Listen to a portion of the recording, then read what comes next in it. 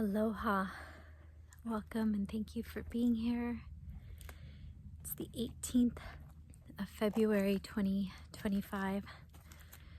I'm just slowing my breath after a really steep incline, along with so much magic. Oh, goodness. If you don't know me and you're just getting to know me, I'm called Shell. And I just came up a steep hill, and as I did, there were 4 vultures flying around. And I stopped and I said, "Oh, thank you, vultures. Thank you, allies. Like, yes, I give to you for you to consume what I am in this moment wanting to let go of." So, yeah, let the death energy that I am releasing be your food, sacred vulture. And as soon as I got to this landing part, one of the 4 vultures came and it just circled, and each time it passed directly above me so that I could like fully open my heart to it, so that we were like chest to chest. Yeah, and it really aligned with like what was with me as I was starting my walk today. It was so interesting because this message kept coming up for me, and I was like, oh, it's so good, I'm gonna share that. I want everyone to enjoy that. And it was a message that was coming up in my journaling some years ago. I want to say I was getting this message a lot. I think maybe like 2019, maybe somewhere around there, between like 2018 and 2020, that this repeated message was coming up. And that was, it takes courage and bravery to be me. It takes courage and bravery to be me. If that resonates for you, then like, let me hear ya. It takes courage and bravery to be me. And I feel like anyone who's been like me in the way of like been just that one in the family, that one in the group, the whatever, that's always been on the outside of the popular circle, the collective. I just always had my own style. I always talked about things that were completely abnormal in conversation for like the majority of people, right? And so like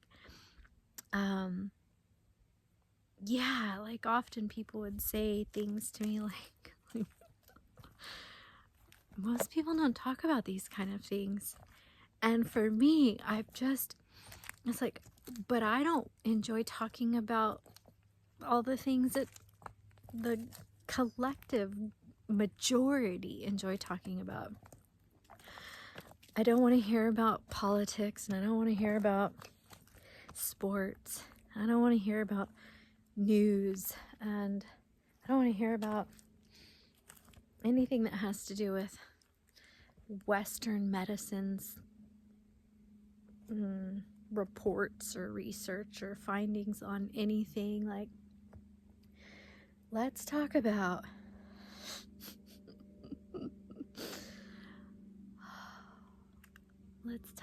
how the plants and the trees communicate with us. Let's talk about our dreams. Let's talk about death. Let's talk about the crazy experiences that we have that are so out of this world that they're unbelievable to most people. Like, let's share any secrets we're holding so that they're not secrets anymore. Let's share and talk about our visions and what we hold for the future. Or let's talk about how all time is simultaneous and that the present, the future, and the past are all one simultaneous time. So again, this message that's been coming through for years, like, it takes courage and bravery to be me. I get it now. Because it's the me without the mask. Right? We all have these masks or things we wear. So I'm going to this family function. I'm going to this something, fill in the blank for you. And while I'm there, there is a certain something that I put on in order to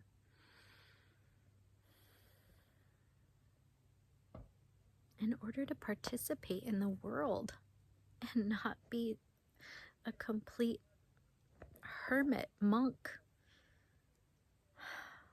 all the time. And so yeah, it takes courage and bravery to be me. And yesterday I was talking with my beloved, and I said, oh, our grandson went to his very first tribal meeting this weekend, and he is being his parents are getting him recognized as a tribal member in the Potawatomi tribe, and which mom is a recognized member of. And my beloved says, wow, that's great. He's going to get college paid for. Oh my gosh, he could go to any college. He could probably even go to Yale. And I was like, please do not make that prayer. Please, no. Please pray for his highest potential, but please don't speak that as a prayer. And I said, it's my feeling and my belief that an institution like Yale is connected to the very institutions that slaughtered all the buffalo to starve all of the native original Indian tribes here. I mean, there are so many different tribes that were here, and we're all, you know, we call them American Indians, but we're talking about people who have had their stories rewritten and changed, like stolen from them. Their true history here taken and rewritten by the same people who have created the Yale University system and the banking system and the medical system, and you know, all these systems that were created by the men here who want us to be so far away from the true nature, the true intelligence available to us all. And so again, I'm honoring right now how much courage and bravery I have to be me, because I can't think of one person in my family that would probably think that um, I just let me back up and just say, because I'm not comparing myself to anyone, but my beliefs are not the same resonant beliefs with the people of my family of origin that I grew up with, and most of the communities that I was a part of growing up in life. I would say that now, at this point in my life, at 47, that my chosen family and the kin that I have come to know and stuff, that I could openly talk about these things and not create triggering in those that I'm sharing with. Because the other thing is, I'm not asking anyone to believe what I believe, but I am being called to speak about what I believe, because it's time for change. So these institutions that we have been sending our children to, me as well, these medical institutions that we have sent our children to, where they are pumped with who knows really what. I mean, who really knows what? So the medical institutions we send them to do not promote their health. Rather, they create within the body disease and deterioration of the natural systems and immunity of the natural body. The education systems teach of stories that have been completely altered. So the reason I'm sharing all this again is like, it's time to change what we teach our young, how we care for our young. There's conversations going on. Somebody shared with me recently about women's rights, the rights that women have to make choices about what's going on with their own bodies. And immediately I thought, oh my goodness, like, how sad is it that we live in a time where when something big changes, rather than women uniting and saying, hey, this is an opportunity for us to teach our young girls, to teach our young women, and to teach all women that we can drink teas that are from our gardens. We can use leaves and herbs and flowers and barks to help us when we're not wanting to be pregnant, to drink teas rather than going to this medical system to take pills that we call birth control. Nobody should be controlling birth. Not anyone should be controlling birth. Birth is nature.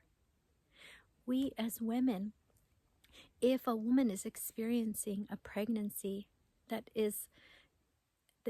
needs to be ended, that needs to have its completion before baby gestates any further because of whatever reason, then again, there are teas, there are plant medicines, things like Shashandra berry, which is used to also detox the liver, ends pregnancies. And so I'm not at all suggesting anyone do use that in that way.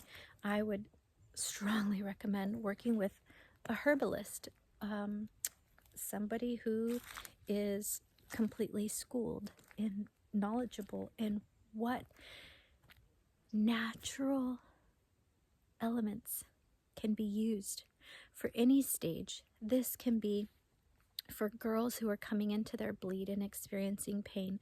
This can be for women having discomfort during menstrual cycles. This can be for women who don't wish to become pregnant while they're in their fertile years, their maiden years.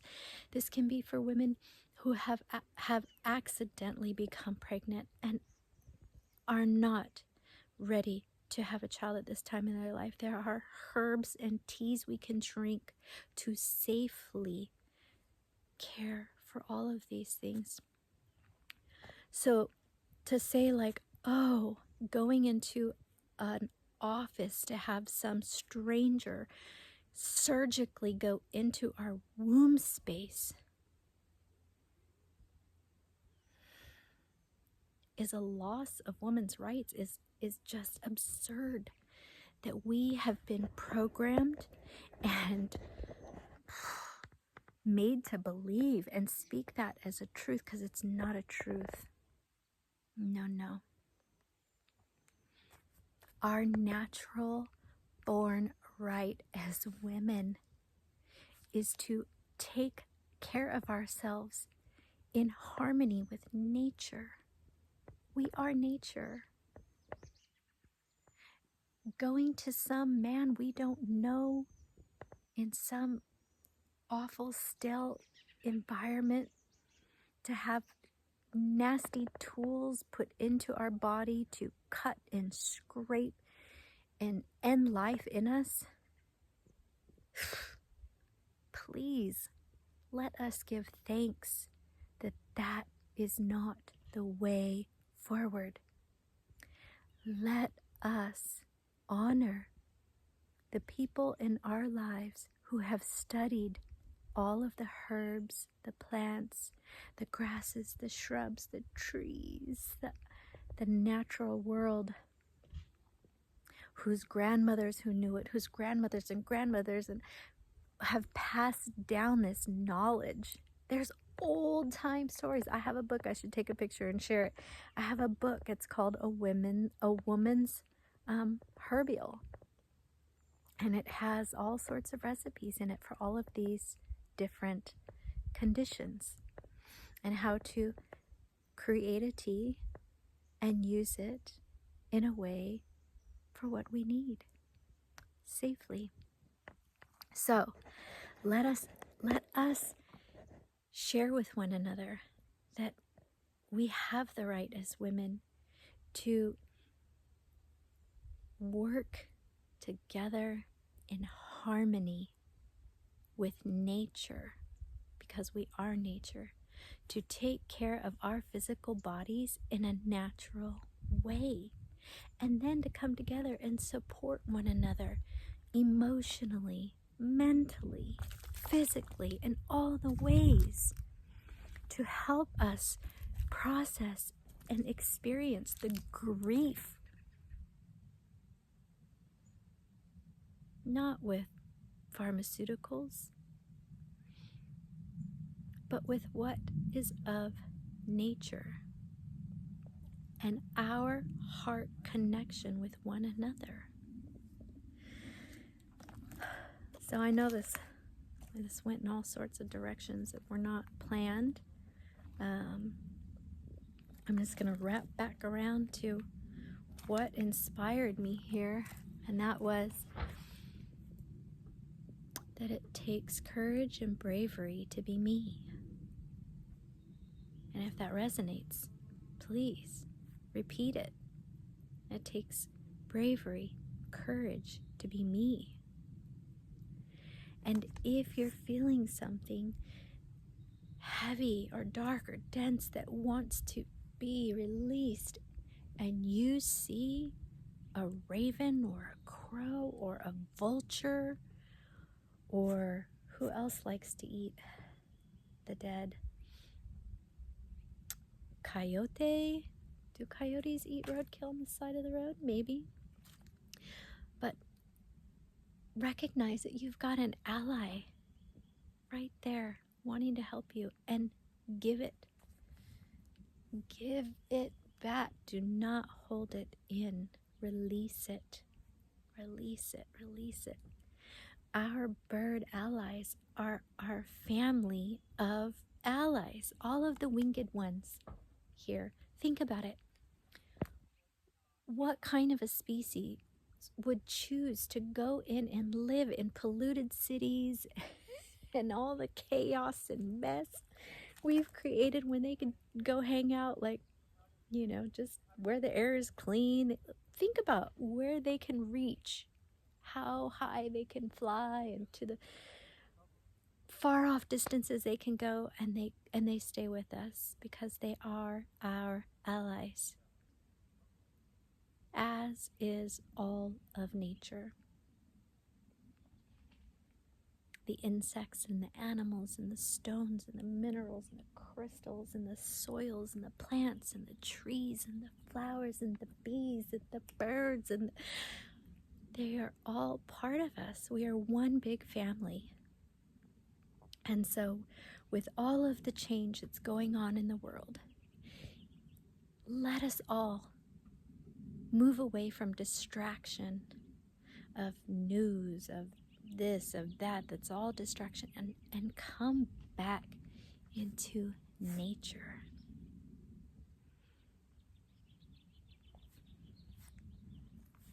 This is where the true healing and transformation happens in a way that promotes life.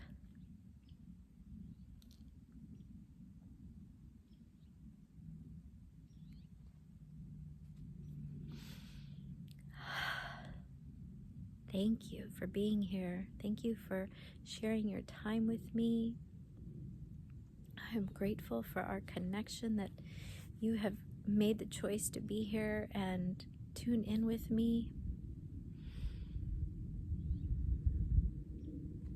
And take only what resonates and discard the rest. I share with the intention of spreading loving kindness in the world. I share with the intention of creating more love in this world for the greatest and highest good of all of life. And so it is. Thank you.